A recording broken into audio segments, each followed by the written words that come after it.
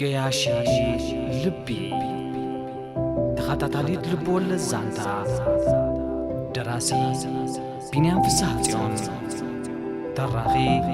تسفيت قزوي ميكائيل مبل سلاسة خفال كارمل اتي الزنبه حيال زناب ناب قوطرا خم بقاس اي عنقفان نتي مس اسرائيل زنبرا قوطرا كاب قنياتو تهانطياتلو نبرات مخنياتو اب امرا زنبرو بزحات زي تملسو حتوتات كتملس امنت زنبرتلو قوطرايو اقديما اب لعل اسرائيل زنبرا ادناقوت توادادار زيبلو كوانت نبره باكال مستلاليتو دما زياده خويني رخيباتو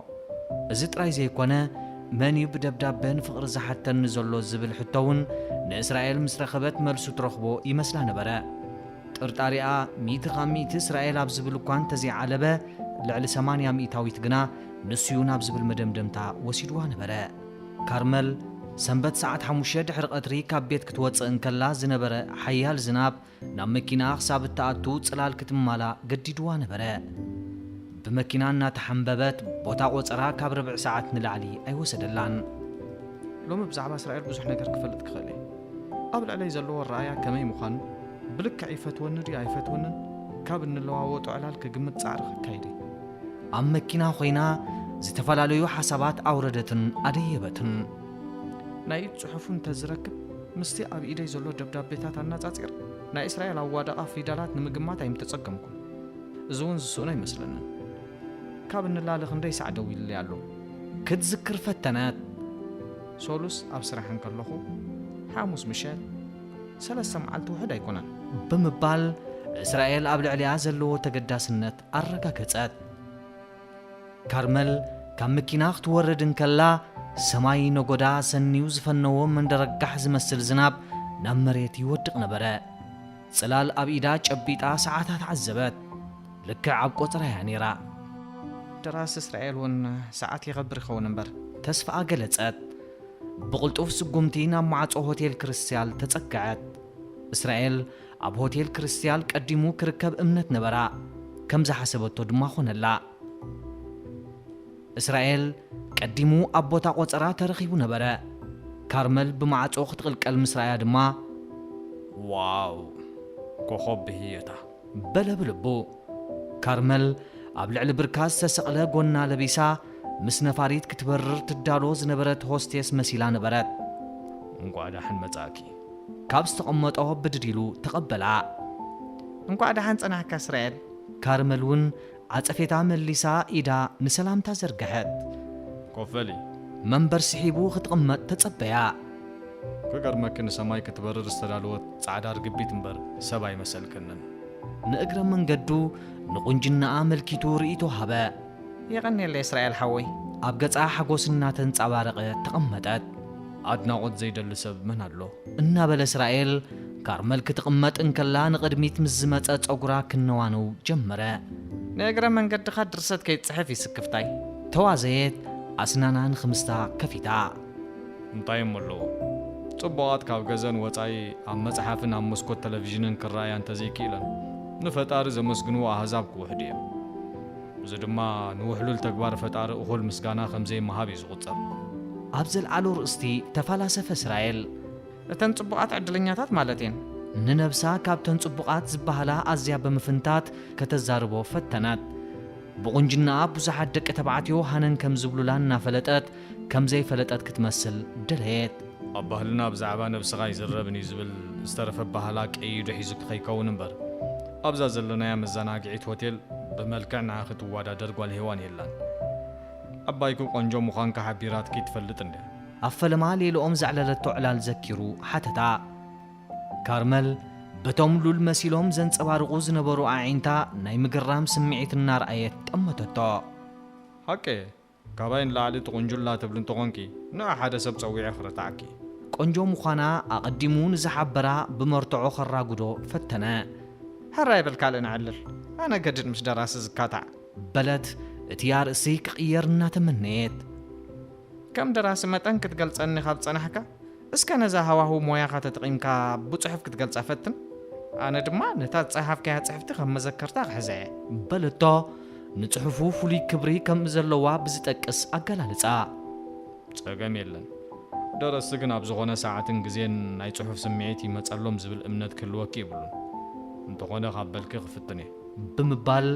ፒርኡ ኣውፂኡ ነብሱ ንጽሕፈት ድልው ትገበራ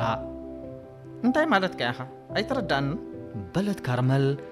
ደረሲ ክጽሕፉን ተደልዮም ኣብ ዝኾነ ሰዓትን ግዜን ክጽሕፉ ይኽእሉ እዮም ዝብል እምነት ስለ ዝነበራ ናይ መጽሓፍ ስምዒት ወይ ሙድ ዝበሃል ነገር ኣሎ ንኣብነት እቲ ውሩይ ኣሜሪካዊ ደራሲ ኤርነስት ሄሚንግዌይ ብሓደጋ ነፋሪት ኣብ ሕቑኡ ፀገም ቅድመ ምግጣሙ ንድርሰቱ ኣብ መንበር ተቐሚጡ ዘይኮነ ብኽልተ እግሩ ደው ኢሉ ይጽሕፎም ነይሩ ኣቦ ሓፂር ዛንታ ዝጥቀስ ደራስን ገጣምን ኣሜሪካዊ ኤድጋር ኣላን ፖ ብወገኑ ጽሑፋቱ ኣብ ወረቐት ከስፍር ቅድሚ ምጅማሩ ንዝፈትዋ ድሙ ኣብ መንኮቡ ይስቕላ ነበረ ፈረንሳዊ ባልዛክ ድማ ካብቲ ፍሉይ ባህርያቱ ቅድሚ መጽሓፍ ምጅማሩ ናይ ግድን ሓፊስ ቡን ክሰቲ ኣለዎ እቲ ዘገርም ባልዛክ ኣብ መዓልቲ ክሳብ 50 ፍንጃል ቡን ይሰቲ ከም ዝነበረ ታሪክ ህይወቱ ይሕብር ካልኣይ ተኣዘዝ እምበር ሓፋስ ቡንዳ ኣነ እውን ክሳብ ደረጃ ከስተይካ ከም ዝኽእል ቃልኣት ወልካ ካርመል ተዋዘየት ኣምነ ካብዞም ዝሰጠቕሱ ደረስቲ ፍልይ ዝበለ ደራሲ ድማ ኢብሰን እዩ ኖርዌጃዊ ሄንሪክ ኢብሰን ፒር ጌንት ብድራሙ እየ ዝፈልጦ ንሱ ኣብ ኣዝዩ ናይ ሕነ ምፍዳይ ስምዒት ኣትዩ ክጽሕፍ እዩ ዝብርህ ነይሩ ኦገስት ስትራንድበርግ ዝተባህለ ደራሲ እንታይ ከም ዝበሎ ዝፍለጥ እኳ እንተዘየለ ስእሉ ኣብ ቅድሚኡ ገይሩ ብጽልእ እናተመልከቶ ይጽሕፍ ምንባሩ ግን ኣይጥቀስ ኢብሰን ብዛዕባ ዝኽገልጽ እንከሎ ቀንዲ ጸላየይ ስለ ዝኾነ ስእሉ ኣብ ቅድመይ ገይረ ብሕርቃን እናተዓዘብክዎ እየ ክጽሕፍ ዝደሊ ይብል ነይሩ ደረስቲ ጊንጢ ባህሪ ከም ዘለዎም ኢኻ ትሕብረን ዘለኻ ጊንጢ ባህሪ እንተልዒልኪ ባህሪ ፈረንሳዊ ደራሲ ቪክቶር ሁጎ ሓቢረ ክኽዛዝም ሁጎ ናይ መጽሓፍ ስምዒቱ ክመጻሉ እንተኾይኑ ፈለማ ነዊሕ ናይ እግሪ ጉዕዞ ክፍጽም ኣለዎ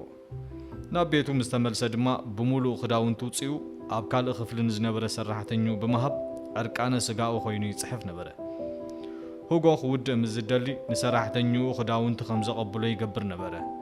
ብዘይካ ሁጎ ቤንጃሚን ፍራንክሊን እውን ዕርቃነ ስግኡ ኮይኑ ክጽሕፍ ዝብርሆ ዝነበረ ሳይንቲስት እዩ ስለዚ ናይ ጽሑፍ ስምዒት ብዙሕ ነገር ከም ዝጠልብ ካብዞም ዝጠቐስኩልኪ ክንርዳእ ንኽእል ብምባል እናኽመስመሰ ጠመታ ካርመል ዕርቃነ ስጋ ምስ ተላዕለ ክርትም ኢላ ሰሓቐት እንታይ ትብል ወደይ ምግራማ እናገለጸት ጠመተቶ ኣንበብቲ ድማ እንታይ ዓይነት ባህሪ ዘለዎ ደራሲ ከም ዝጸሓፈልና ኸይፈለጥና ትም ኢልና ንንብብ ምዃንና ዝገርም እዩ ጸሓፍቲ ከም ብድርሰቶም ኣድናቖት ዝረኸቡ ብጊንጢ ባህርያቶም እውን መስደመማት እዮም ኣብ ፍቕርን ተመጺእክ እውን ዘይጽኑዓት መሊኦም እዮም ከምኡ ዳ ይግበረና እምበር ብምባል ንነብሱ ጽቡቕ ተመነየላ ኣብዚ ከም ኣብነት ክጥቀስ ዝኽእል ዱማስ ፒር እዩ እዚ ደራሲ ዘ ካውንት ኦፍ ሞንተ ክሪስቶ ትብል መሳጢት ልብወለድ ዝጸሓፈ ንፉዕ ፈረንሳዊ ደራሲ እዩ ንሱ ካብ ዝተፈላለያ ኣንስቲ 500 ቆልዑ ከም ዝወለደ ታሪክ ህይወቱ የዘንቱ እንታይ ኢኻ ትብል ወደይ እተን ኣንስቲ ኸ እምበር ንፋዓት ክንዲዚኦም ቆልዑ ወሊዱ ኢለን ሸለል ከይበላ ዝወልዳሉ ንስኻ ኸ ምስ ኣየነት ኢኻ ትምደብ ብምባል ንእስራኤል ከቢድ ሕቶ ኣቕረበትሎ ካበየኖት ክኸውን ደሊኒ ህዋ ኣነ ደየ ዝደልየካ ንስኻ እምበር ሓብረኒ ምኽንያቱ ደራሲ ካብ ኮንካ ካብዞም ዝጠቐስካዮም ባህርያት ወይ ዝተፈለየ ክህልወካ ግድን እዩ ኣነ ከምዚ ኸማኸ ጽብቕት እንተርእየ ጸሓፍ እዩ ዝመጸኒ ብዘይ ስክፍታን ሕፍረትን ኣብ ልዕሊ ካርመል ዝነበሮ ስምዒት ኣካዶ እሞ ወረቐት ክህበካ ኣትጽሕፍ ዘረባኣ ቃል ዓለም ኣይነበረን ዕላማ ስለ ዝነበራ ካብ ቦርሳኣ ኣገዳሲ ሓበሬታ ካብቲ ምዝግበሉ ጥራዝ ቆጽሊ ወረቐት ቀዲዳ ሃበቶ እሞ ሓሳብካ ኸይዘራርግ ንገለ ደቓይቕ እልኢለ ዶ ክጸንሕ ብምባል ክትንስእ ቦርሳኣ ጠርነፈት ፍጹም ተቃውሞ ስምዕ እስራኤል ደራስን ሰኣልን ሓደ ክልቲኦም ንቁንጅና ኣብ ቅድሚዮም ገይሮም ተዘይርዮሞ ሓቀኛ ስምዒት ኣይመጸሎምን ብምባል ካርመል ኣብ ቅድሚኡ ኮፍ ከም እትብል ገይሩ ክጽሕፍ ጀመረ ሓደ ነገር ቃል ክተኣትውለይ ዝደልየ ግን ኣሎ እንታይ ንሱ ዝጸሓፍክዎ ጽሑፍ ኣብ ቤትክ ምስ ከድክ እንተዘይኮይኑ ኣብ ቅድመይ ከተንብብዮ ይፍቀደኒ ምሕጽንትኡ ገለጸ ጸገም የለን በለት ካርመል ኣድሁባኣ ካብ እስራኤል ኣልያ ኣብ ሆቴል ክርስቲያል ብምጽማድ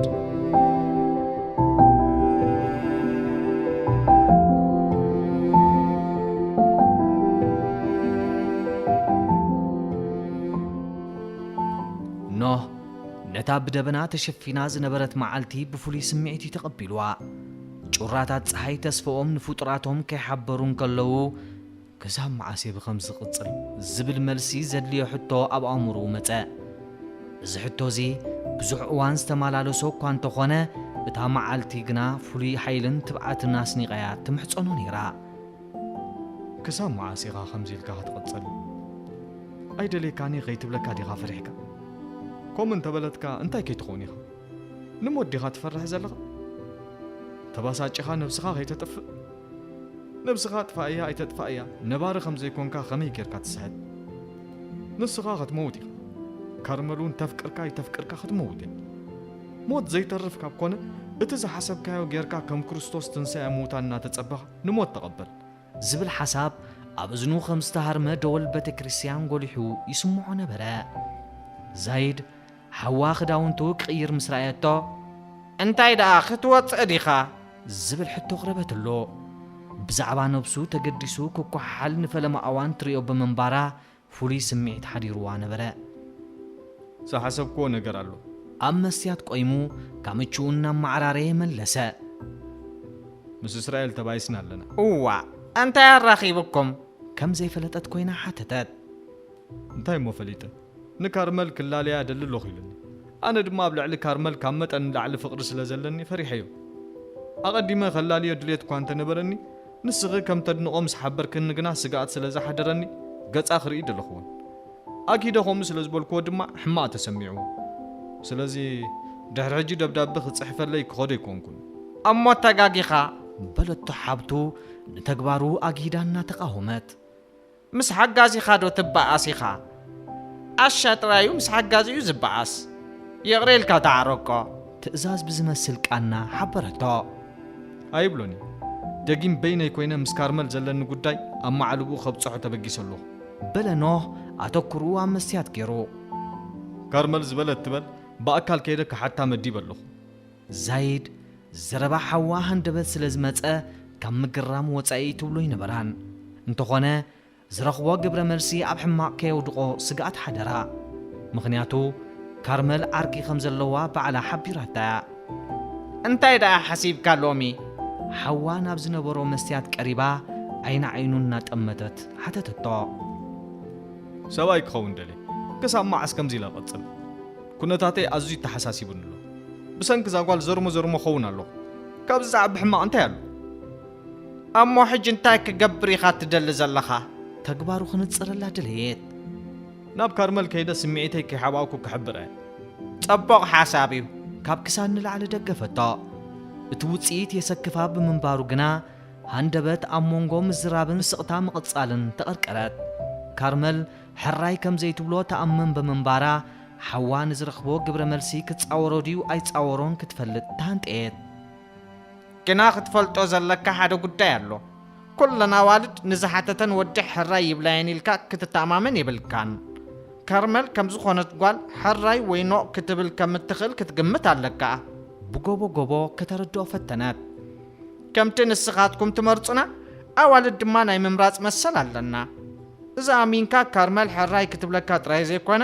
መደብ ኣለኒ ክትብለካ ከም እትኽእል እውን ኣብ ግምት ኣእትዎ እንታይ ማለት እዩ ኖህ ሙሉእ ብምሉእ ብመስትያት ገዲፉ ናብ ሓብቱ ኣተኮረ ሕራይ ከም ዘይትብል ዝፈለጥክዮ ነገር ኣሎ ድዩ ብዓይኒ ጥርጠራ እናጠመተ ሓተታ ኣንታ እንታይ ኢኻ ንዝኾነ ነገር ብዓይኒ ጥርጠራ ትርእዮ ሕራይ ክትብለካ ጥራይ ዲኻ ትጽበ ዘለኻ ብፍቕሪ ሕቂቕ ኢለ ክሳብ ሕጂ ብትዕግስቲ ክጽበ ከም ዘይጸናሕኩስ እምቢ ክትብለኒ ደቀቕቲ ኣዒንቱ ኣብ ልዕሊ ሓብቱ ኣፍጠጦም ኣነ ትክኸውን ዝኽእል እየ ዝነግረካ ዘለኹ ድሓን ኣይተኣብየነን እያ ትብል እንትኾንካ ግና ድላይካ ግበር ኣምላኽ ክሕግዘኒ መለሰ ሕራይ ባቃ ከቢድ ስግኣት ዝነበራ ዛይድ ካብቲ ሓዋ ዝነበሮ ቤት ወፂኣ ክትሓስብ ጀመረት ንእለት ድማ ንእስራኤል ክድውለሉ ወሰነት ሄሎ እስራኤል ሓወይ ኣነ ዛይድ በለት ዛይድ እስራኤል ከም ዝተቐበላ ምስ ረጋገጸት ኣንታ እስራኤል ሓወይ ብምባል ሓዋ ዝሓስቦ ዝነበረ ብዝርዝር ሓበረቶ ኣብ ሕጂ በፂሑ ድፍረት ዝሃቦ ዳ እንታይ እዩ እስራኤል ተግባር ኖህ እናገረሞ ሓተተ ምናልባሽ ዝጽሕፈሉ ሰብ ሲኢኑ ዝወስደ ዘሎ ስጉምቲ ከይከውን ጥርጣረ ኣለኒ ቅድሚ ሕጂ እምነቱ ብልዕለኻ እዩ ነይሩ ንስኻ ተስፋ ምስ ኣቑረፅካዮ ግና ንነብሱ ክፍትና ዝሓስብ ዘሎ ይመስል እዚ ኸኣ እሞ ብልክዕ ክደፍር ድዩ ከይወድአት ኮለፋ እስራኤል እቲ ዝሰምዖ ኣይእመኖን ኖህ ቁሊሕ ኢሉ ሰብ ናይ ምጥማት ባህሪ ከም ዘይብሉ ስለ ዝፈልጦ ንካርመል ንፍቕሪ ክሓታዩ ዝብል እምነት ኣይነበሮን ከምኡ ስለ ዝኾነ ዛይድ ብዛዕባ ሓዋ ዝሓበረቶ ብቁም ነገር ኣይረኣዮን ከም ዝረኣኽዎ ድፍረት ዝሰነቐ እዩ ዝመስል ዘሎ ዝገብሮ ኮይኑ ድማ ስማዓኒ ዛይድ ምስ እስራኤል ኣይተሰማምዐትን ኣነ ግና ዝገብሮ ይመስለኒ ልክዕ ናባይ ክመጽእ ድፍረት ብምሳእኑ ካብ ተስፋ ምቑራጽ ዝተላዕለ ይውስውስ ከም ዘሎ ፍሉጥ እዩ እንተኾነ ወስዊሱ ክምለስ እምበር ዝሓሰቦ ዝገብር ኣይመስለኒ ዝገብሮ እንተኾይኑ ስለምንታይ ኣቐዲሙ ዘይገብሮ እቲ ሓቂ እንተገይርዎ ኸንታ እስራኤል ከምታ ኣቐዲመ ዝሓብርኩኻ ካርመል ትምልሰሉ መልሲ ፍሉጥ እዩ እዚ እውን ዕድል ገይሩ ፅን ኢላ ክትሰምዖ እንተኽኢላ እዩ ዘስዕብ ግብረ መልሳ ካብ ምስምዑ ዘይምስምዑ ይሕሾ ምኽንያቱ ጥዕና ክህቦ ይኮነን እዚ እንተተፈጺሙ ድማ ኣነ ንስኻ ንምሕጋዙ ዘውፃናዮ መደብ ፋሕ ክብለና እዩ ስለዚ በጃኻ ገለ ምኽሪ ሃበኒ ከምኡ ክብል እየ ዝድውለልካ ዘለኹ እሞ ኣነ ክርድኦ ይደልየካ ኣሎ ኢልክ ስለ ምኽንያት ጌርና ድማ ንዕራቕ በጃኻ እስራኤል ንሕና ዝሓሰብናዮ ክሳብ እንፍጽም ናብ ካርመል ገጹ ከምዘይከይድ ግበር ክትፅሕፈሉ ፈቃደኛ እንተኾንካ ሓሳቡ ክቕይር ይኽእል እዩ በለ ዛይድ ሓዋ ናብ ካርመል ክኸይድ ስለ ዘይትደሊ እንተ ገይሩልክ ክትሰዱ የፈትኒ ዝዕነንን ተመሲሉ ግና ደው ኢልካ ሓብርኒ ባዕለይ ከም ዝመፀኒ ክገብር እየ ብምባል ኣቕሰና ካርመል ከምቲ ቃል ዝኣተወቶ ኣብ ቤት ምስ ኣተወት እስራኤል ንዝፀሓፎ ጽሑፍ ክትዕዘቦ ፈተነት ቅድሚ ንባብ ምጅማራ ከም ቃላ ኣብ ቤት ኣትያ ንዝፀሓፋ ከተንብብ ከም ዝጀመረት ክትሕብሮ ሞባይላ ጠወቐት መበል 30 ክፋል ተኸታታሊት ልብወለድ ዛንታ ገያሽት ልቢ በዚ ተዛዚማላ መበል 31 ክፋል ኣብ ዝቕፅል ተኸታተሉ